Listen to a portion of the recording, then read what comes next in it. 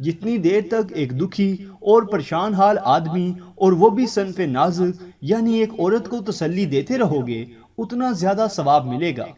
اب عابد کا اس عورت کے کمرے میں سارا دن گزرنے لگا، جبکہ رات گرجا گھر میں۔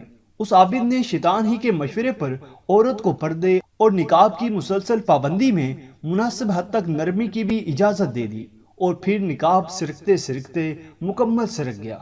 اب شیطان کا کام تقریباً ختم ہو چکا تھا، کیونکہ عابد کے نیک جذبے پر نفس نے غلبہ پانا شروع کر دیا تھا، اور نفسیانی خواہش نے رفتہ رفتہ تمام حدیں پار کر لیں، اور وہ عورت حاملہ ہوگی اور بچے کی ماں بن گئی۔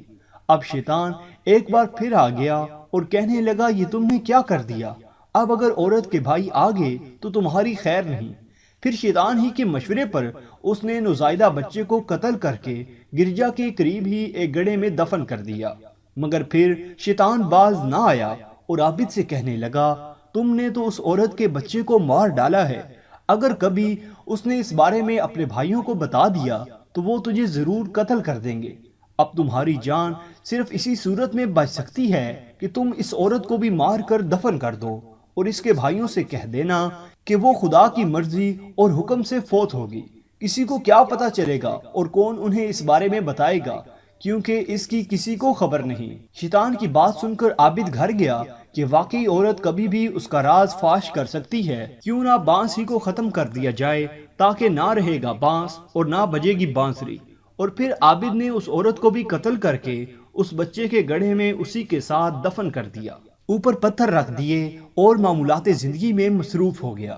کچھ عرصے بعد اس عورت کے بھائی واپس آ گئے اور وہ اس عابد کے پاس اپنی بہن کو لینے گئے تو عابد نے روتے ہوئے انتہائی غمزدہ ہو کر بتایا کہ وہ عورت بڑی نیک، صالح، دیندار اور عبادت گزار تھی، مگر بیماری کی وجہ سے وہ فوت ہو گئی اور یہ اس کی قبر ہے۔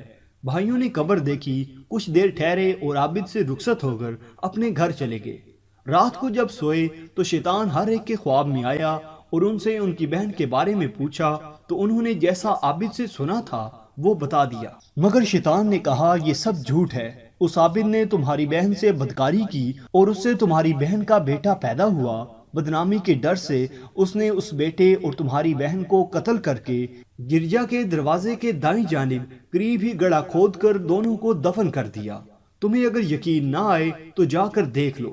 صبح جب تینوں بھائی اٹھے اور اپنا اپنا خواب سنانے لگے تو تینوں بھائی یہ دیکھ کر حیران ہو گئے کہ ان کا خواب بالکل ایک جیسا ہے۔ بڑا بھائی بولا، یہ سب شیطانی خیالات ہیں، چھوڑو یہ سب فضول ہے۔